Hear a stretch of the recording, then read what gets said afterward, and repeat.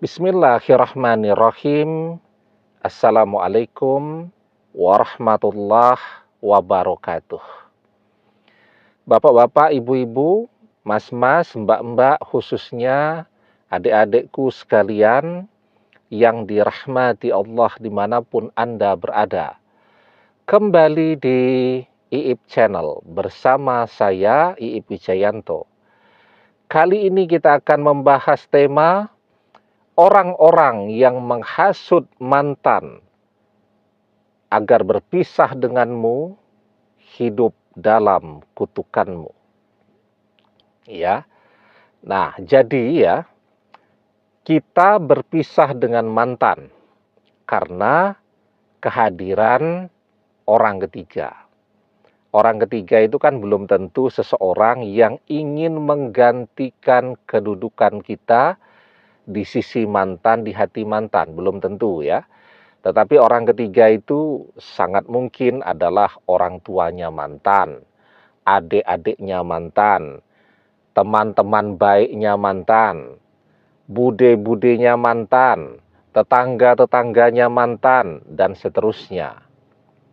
Jadi mereka adalah orang yang begitu rajin, begitu tekun untuk menghasut agar mantan membenci kita, agar kita dan mantan bertengkar terus, agar mantan meragukan kita, yang ujung-ujungnya adalah perpisahan ataupun perceraian ya. Jadi yang pertama nih, kerugian yang akan mereka rasakan ya, bahwa ketika yang mereka pisahkan ini adalah suami istri, atau mereka cegah jangan sampai suami istri ini bisa rujuk kembali dengan cara menghasut istrinya, sehingga istrinya jadi membenci suaminya tadi, meragukan pernikahan mereka, dan seterusnya. Nah, maka ini adalah dosa besar. Jadi Rasulullah Shallallahu Alaihi Wasallam bersabda, "Waman afsada mro'atan ala zaujiha falaisa minna." Dan barang siapa yang merusak hubungan seorang istri dengan suaminya, maka dia bukan bagian dari kami. Ya, jadi itu yang pertama. Yang kedua, ya, bahwa kita ketika misal stres ya, pada saat menjalani hubungan dengan mantan itu, setiap hari ada saja topik pembicaraan dari mantan, hasil dari bisikan dan hasutan teman-temannya, yang ujung-ujungnya menjadi sumber pertengkaran. Ya, ketika kita bertengkar terus dengan mantan, kita kan bertanya, kok kamu seperti itu? Ya, ternyata mantan cerita, dia baru saja dibisiki oleh teman-temannya dalam keadaan lelah harus bertengkar setiap hari. Coba bayangkan ya, orang harus kerja, harus kesana kemari juga ngantar jemput mantan. Kemudian masih ada pula kebutuhan-kebutuhan lainnya yang harus dijalani.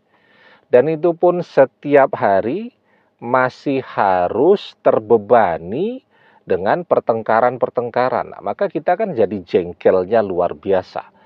Jadi marahnya luar biasa tuh kepada teman-temannya mantan yang terus menghasut mantan, atau keluarganya mantan, atau orang tuanya mantan, dan seterusnya, yang menghasut mantan agar bertengkar terus dengan kita. Maka dalam keadaan kita marah, ya, mungkin kalau kita sedang tidak marah, ya sudah, kita menerima ya pertengkaran-pertengkaran itu, kita pasrah ya. Tetapi ketika kita dalam keadaan marah, maka biasanya di situ kutukan kita akan keluar tuh kepada orang-orang yang terus menghasut mantan agar bertengkar terus dengan kita. Nah, ketika kutukan itu satu kali dia keluar, ya maka dia tidak bisa di-cancel atau tidak bisa berhenti sampai kutukan itu terjadi untuk orang-orang yang dikutuk tadi. Ya. Nah, karena itu kalau orang ingin hidupnya bahagia, maka dia harus menghindar dari kutukan dan doa-doa yang buruk dari orang-orang yang dia zolimi. Nah, itu kunci itu kalau orang mau hidupnya bahagia. Tetapi ketika orang rajin mengganggu orang, menghasut rumah tangga orang, ya menghasut istri orang agar bertengkar, agar bercerai dengan suaminya, nah maka dia akan terus hidup dalam kutukan dari orang yang sudah dia ganggu, dari orang yang sudah dia zolimi tadi.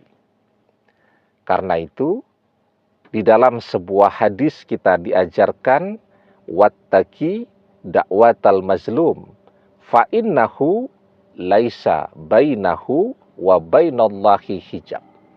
Hati-hatilah dengan doa orang yang terzolimi, karena sesungguhnya tidak ada hijab antara dia dengan Allah. Ya, apapun yang menjadi doa orang yang terzolimi ataupun kutukan-kutukannya, semuanya akan terjadi. Dakwatul mazlumi mustajabah, wa in kana fajiran fafujuruhu ala nafsih. Doa orang yang terzolimi itu adalah doa yang mustajab. Ya. Nah, karena itu orang-orang yang sudah menghasut mantan agar berpisah dengan kita, selamanya mereka terus akan hidup dalam kutukan kita. Karena tadi, yang namanya kutukan atau doa yang buruk dari orang yang terzolimi, sekali terucap, maka selamanya dia akan terus berada pada orang-orang yang telah terkutuk tadi. Ya, sehingga mereka akan terus menjalani hidupnya di dalam kutukan tadi. Kalaupun kutukan itu belum terjadi pada diri mereka, bisa terjadi kepada anak cucu keturunan mereka di kemudian hari. Demikian, semoga bermanfaat. Wallahu a'lam bissawab, billahi taufik wal hidayah. Assalamualaikum warahmatullahi wabarakatuh.